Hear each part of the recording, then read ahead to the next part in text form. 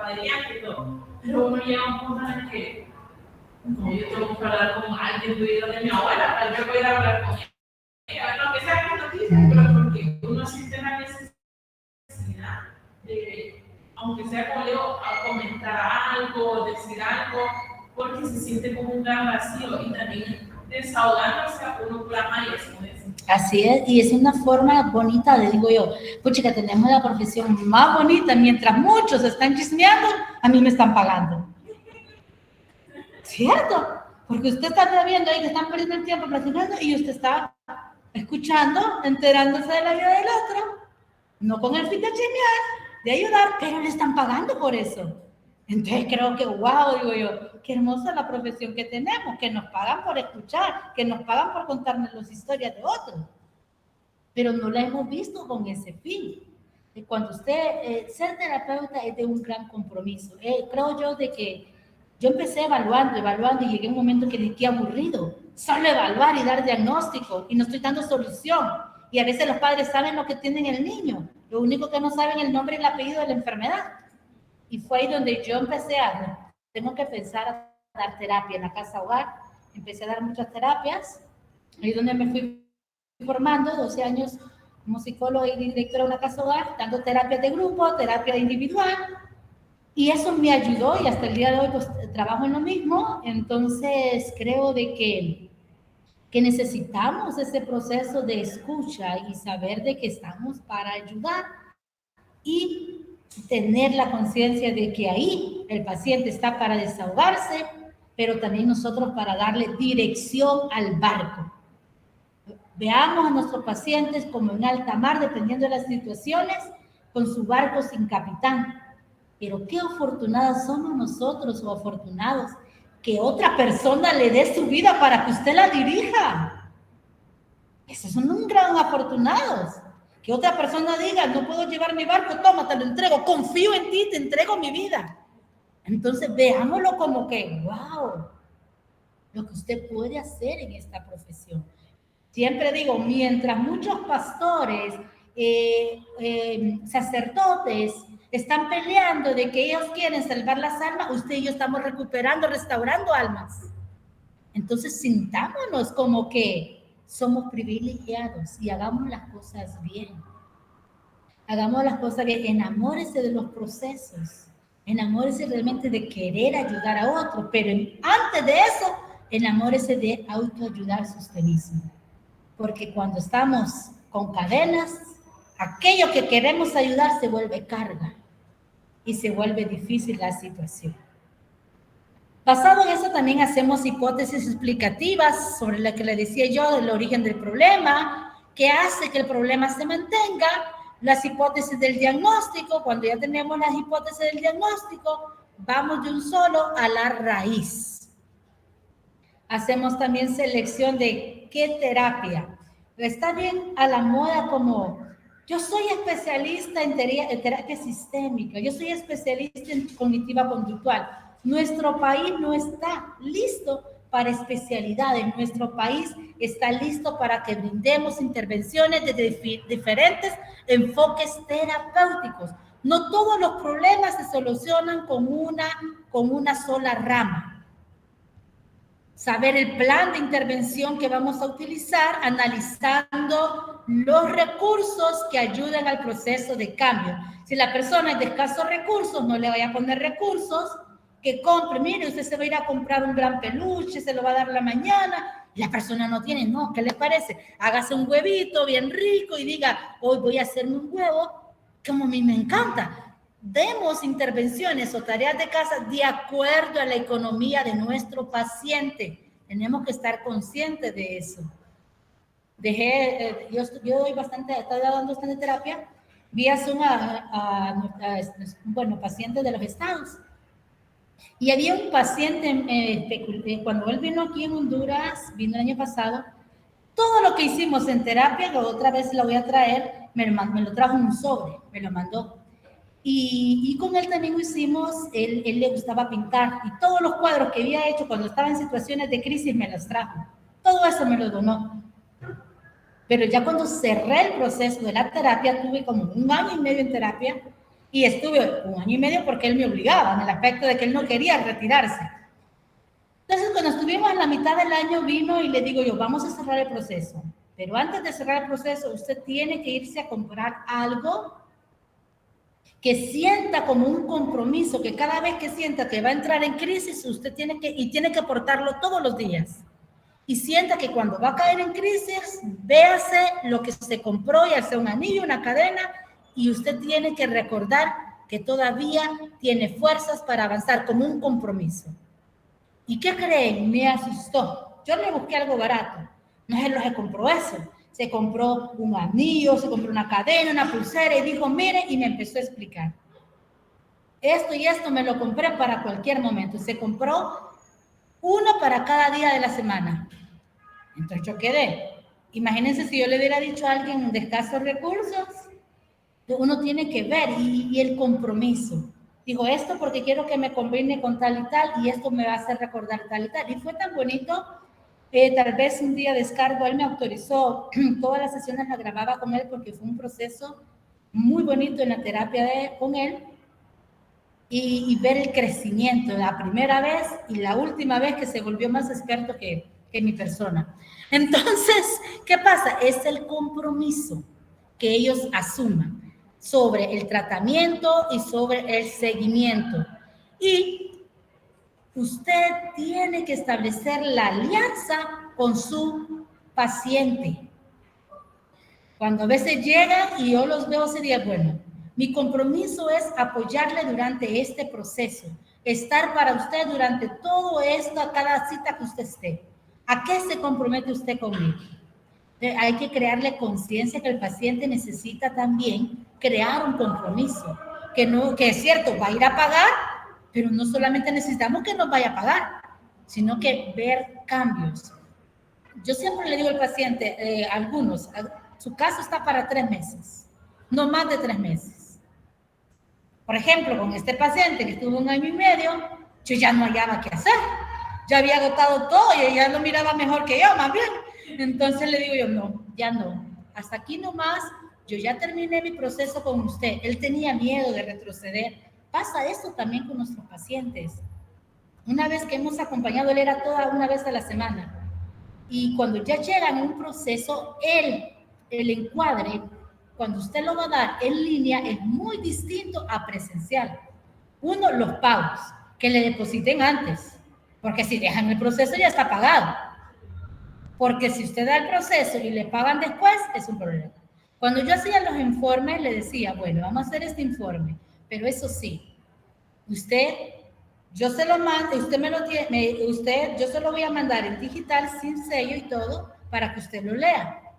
Pero usted me tiene, cuando vamos a discutir el día siguiente, tiene que haberme depositado para que lo discutamos. Los procesos de los encuadres son distintos en línea, ahora se utiliza bastante en línea. Se le dice, va a buscar un espacio de su casa donde esté solo y no se pone hora.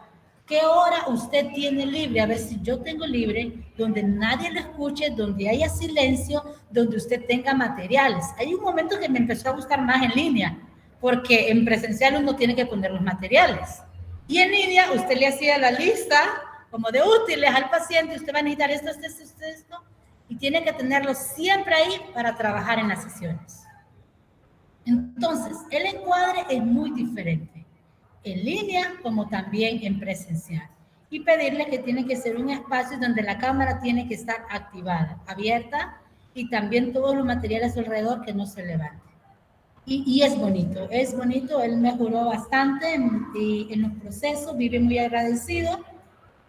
Otra paciente de igual, varias pacientes que se han ido y han tenido su crisis, pero ¿por qué? Porque ha habido compromiso de ambos. Y lo último es la clasificación de las psicoterapias. Las psicoterapias se clasifican según el número de pacientes, pueden ser individual, de pareja, familiar y grupal. Según el diagnóstico, puede ser cualquier diagnóstico clínico: esquizofrenia, depresión, ansiedad, conflicto de pareja, desórdenes de conducta, etc. Por la edad puede ser infantil, juvenil, adultos o ancianos. Y el fundamento doctrinal, que es el tipo de teoría, yo les invito a que no se queden con una sola, Si se va a especializar, está bien, especialícese en una, pero no se desconecte de las otras porque no todos los problemas funcionan, todas las terapias ni tampoco todas las técnicas.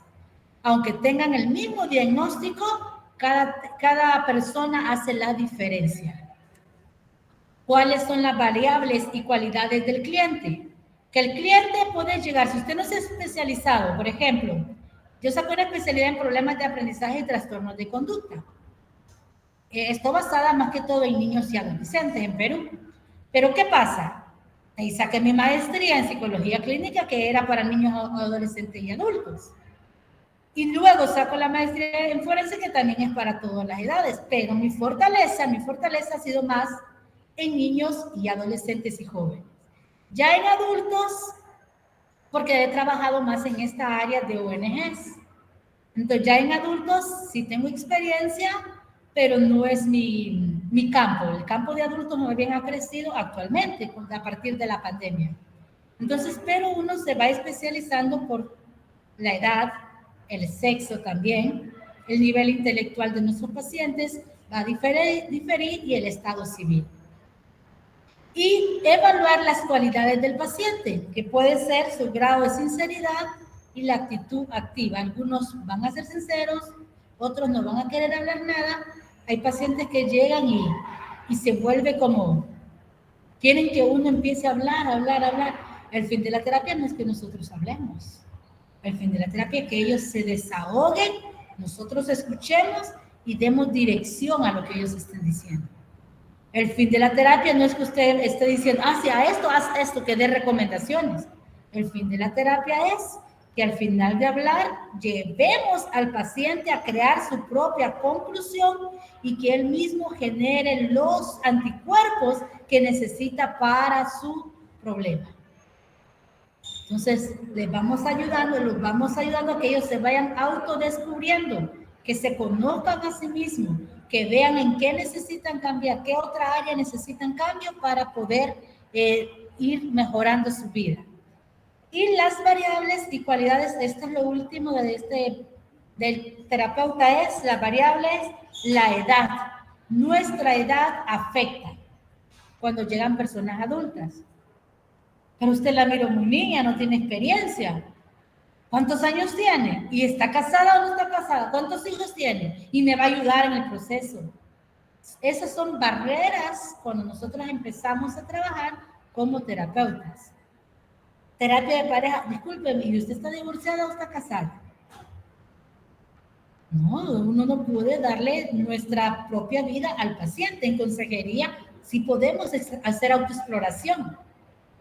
Hay momentos que podemos, pero ya intimidades nuestras no podemos ventilárselas a nuestros pacientes. Entonces, bueno, es una vida personal. Aquí la terapeuta soy yo y usted es el paciente.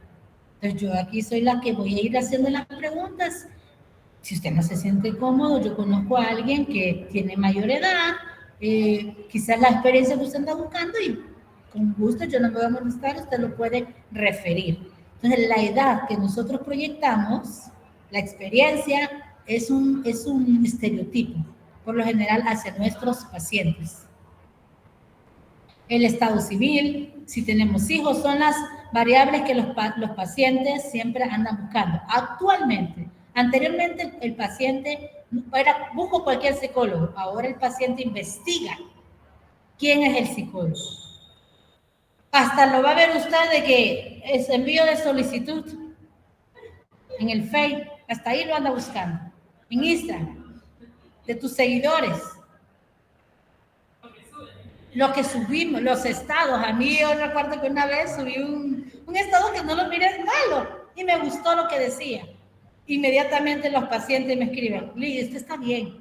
Y yo, pero yo no leía que estaba como ni depresiva ni eso. Pero ¿qué pasa? Crean que no, el paciente no se analiza. El paciente ve en dónde depositó su vida, su confianza, su vida, porque le dirigimos. Entonces, es algo bien delicado. Cuando usted se vuelve terapeuta, tenemos que cuidarnos. ¿Por qué? Porque nos están vigilando.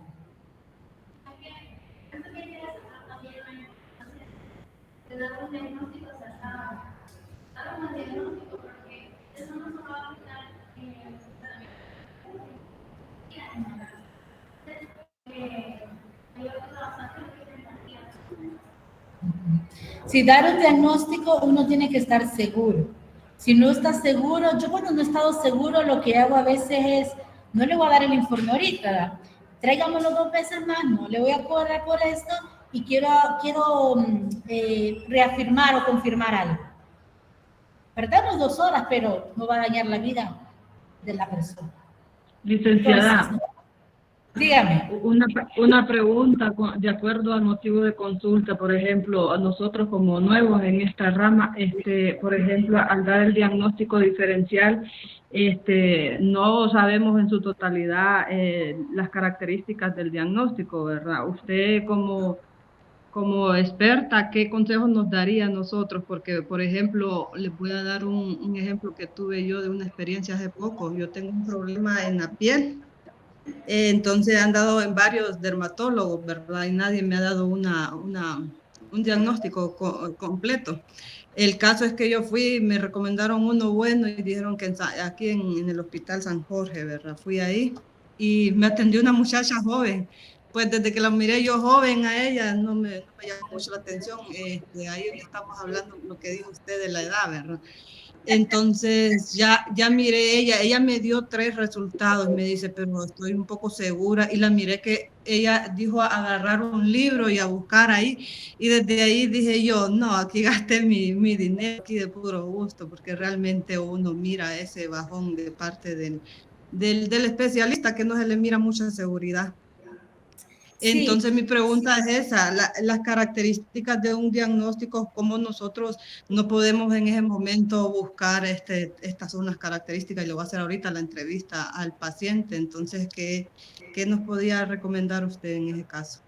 Mire, cuando usted, en primer lugar, cuando yo dudo del diagnóstico, lo voy a ser honesto. Por lo general, yo cuando ya termino de evaluar, le digo al padre, yo creo, sin darle el informe, este es el problema. Cuando yo dudo de lo que es el diagnóstico, le digo, le doy las indicaciones bonitas, mire esto, mire esto, mire esto, pero le voy a dar en el informe el diagnóstico final, no se lo doy ahí. Entonces, ¿qué hago? Me voy a leer el DSM-5, me voy a leer investigaciones de casos similares.